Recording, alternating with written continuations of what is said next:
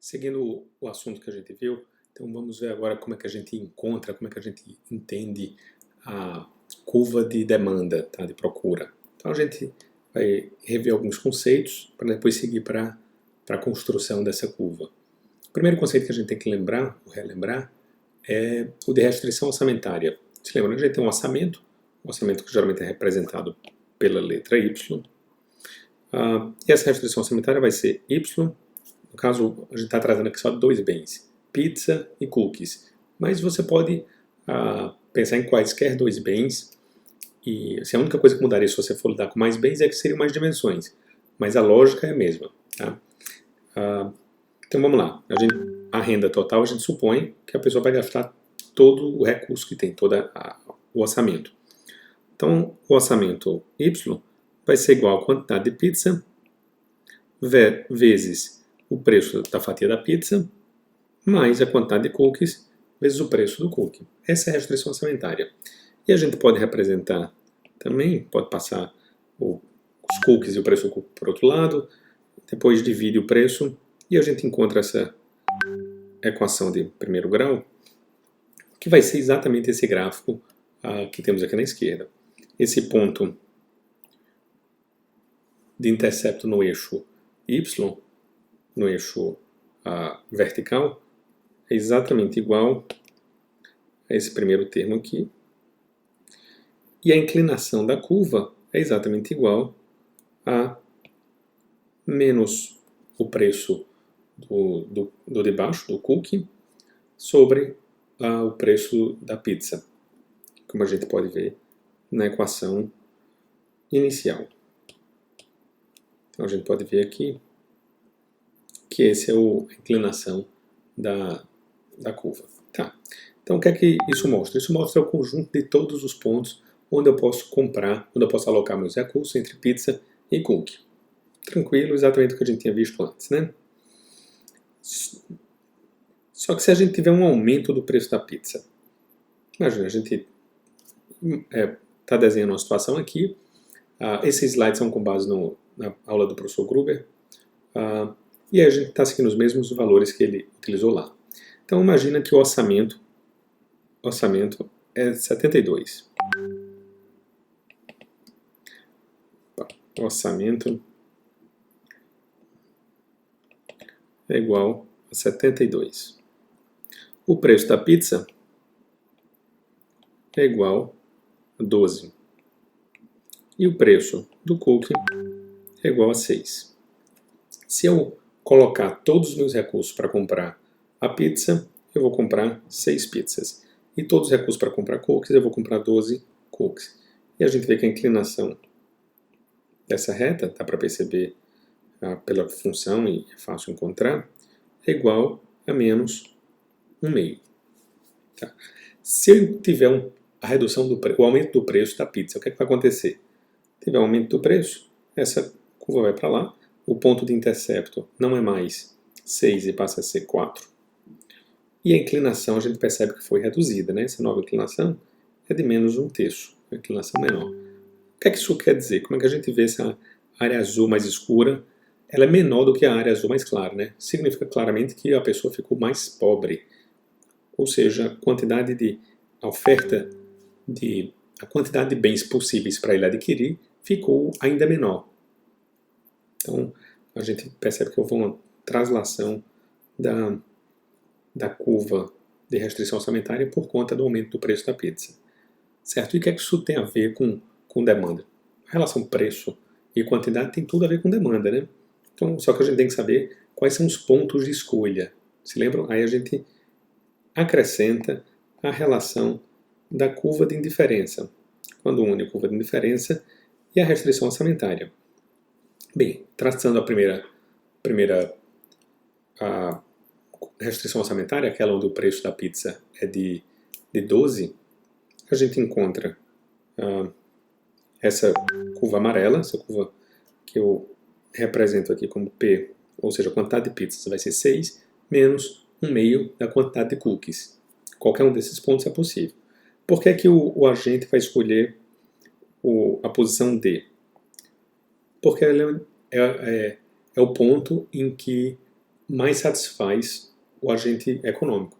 É o ponto onde ele atinge uma curva de indiferença mais alta, no caso aí 3. Então é o ponto de maior satisfação, por isso é que ele escolhe.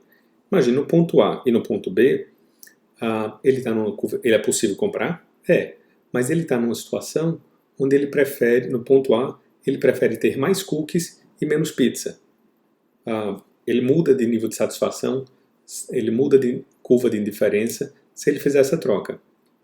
Tá? Então, a curva mais alta que se atinge, que toca a restrição orçamentária, é S3, e esse vai ser o ponto escolhido, esse ponto D.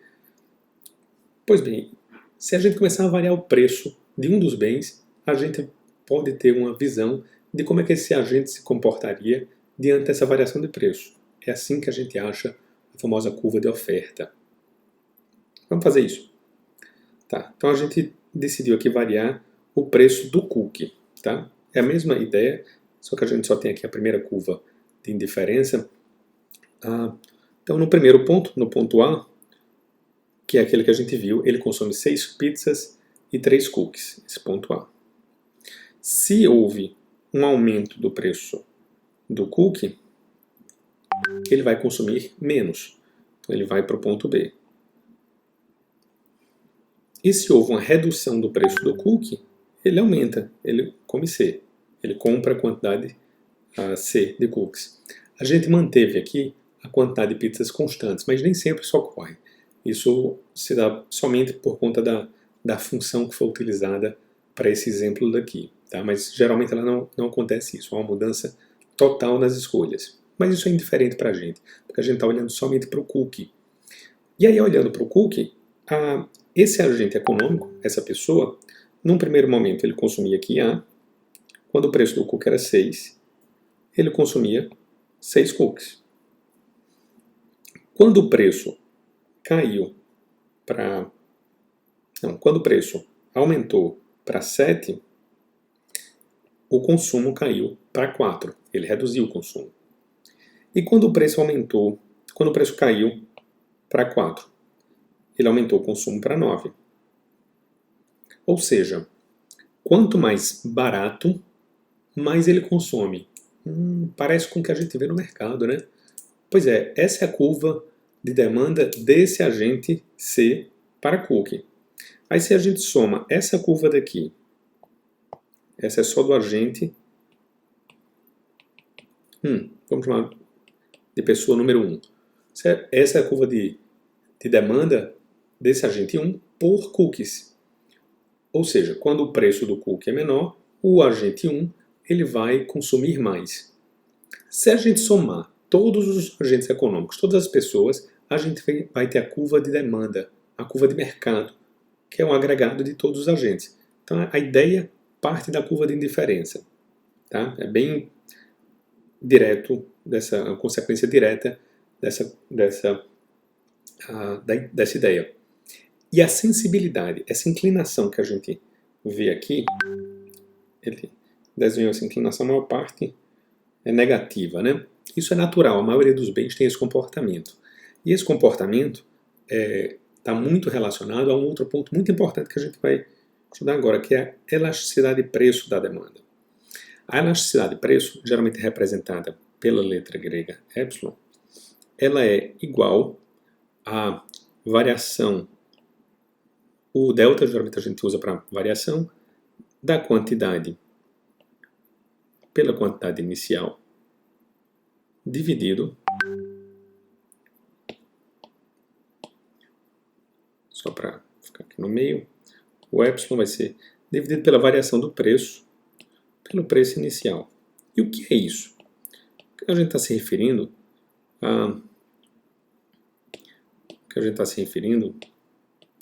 é que epsilon é mais ou menos a mesma coisa que a variação percentual da quantidade pela variação percentual do preço. O que é que eu quero dizer? Essa é uma medida que mostra quanto menor, se eu tiver uma redução do preço em 20%, enquanto eu vou ter a variação na quantidade. Supõe-se que essa relação é inversa, se diminui o preço, aumenta a quantidade. Tá? Então, esse epsilon ele representa a elasticidade de preço, o quanto a demanda responde às mudanças de preço. E a gente tem algumas... isso é muito importante para a gente entender o comportamento da demanda de acordo com as situações de mercado. E aí tem duas situações clássicas, que é a primeira, quando a demanda é perfeitamente inelástica, que é o epsilon, ou seja, a elasticidade, ela é zero. O que é que isso quer dizer? Que pouco importa a variação do preço, minha quantidade demandada não vai mudar. Você lembra que isso é a variação na quantidade pela variação no preço? Se essa variação na quantidade for zero, a elasticidade é zero. Então, o que eu dizer que é perfeitamente inelástico, que é uma situação hipotética, difícil acontecer, significa que pouco importa o preço, o agente vai demandar a mesma quantidade. Os exemplos, geralmente, que os livros citam, estão relacionados a medicamentos. Imagina, insulina. Quem é diabético precisa consumir insulina. Se não consumir, a tendência é morrer. Morre mesmo. Então, a quantidade de demanda por insulina, ela não muda muito, ela varia muito pouco de acordo com o preço. Outros bens, tipo cigarro, ou alguns outros que envolvem vício, eles também têm uma elasticidade muito próxima a zero. E a outra face da moeda é a demanda perfeitamente elástica, que é quando o epsilon, ou seja, a elasticidade, ela é igual a menos infinito. Também é uma situação teórica. Ela significa o quê? Que qualquer variação de preço, um centavozinho a menos, a demanda vai a zero. Então, pouco importa o preço, a quantidade demandada... quer dizer, pouco importa o preço não. Pouco importa a quantidade demandada, o preço é o mesmo. Tá? Se mudar o preço, a demanda cai a zero. Se aumentar um pouco, se diminuir um pouquinho, você retém todo o mercado. Se aumentar um pouquinho, você perde todo o mercado. É uma situação extrema, mas acontece quando a gente tem bens substitutos. Por exemplo, vamos supor que tem dois concorrentes muito próximos, absolutamente iguais para o mercado, as pessoas não conseguem diferenciar dois bens. Talvez duas cervejas simples, em que uma pequena diferença no preço faz com que as pessoas passem a consumir uma ou outra. Então, pense em dois commodities. Laranja comprada na fazenda A ou laranja comprada em outras fazendas. Para as pessoas, a laranja, mesma coisa. Então, se o agente mudar, se os ofertantes mudarem um pouquinho o preço, a demanda vai para infinito ou vai para zero. Tá? Então, é uma situação extrema, uma situação de livro, tanto essa de perfeitamente elástica como a perfeitamente inelástica, mas elas analisam a inclinação dessa curva, tá? A variação percentual da quantidade pela variação percentual do preço. Isso é importante demais para o direito quando a gente vai analisar tributação, por exemplo, ou uma tributação muito alta num bem de elasticidade alta, que é muito elástica, significa que quase tudo vai ser arcado pela empresa. Enquanto que uma tributação sobre um bem inelástico, toda a tributação vai ser repassada para o consumidor, porque pouco importa o preço, a demanda é a mesma. Tá? Então é um tema extremamente importante para o direito e para análise da maioria das condutas das pessoas. Tá? A próxima aula, eu vou gravar mais uma aula falando sobre o efeito. A gente viu qual o comportamento quando varia o preço, né? Por isso que a gente tem a curva de oferta a curva de demanda sendo criada quando varia o preço. E quando varia a renda, o que acontece? Daqui a pouco a gente vê.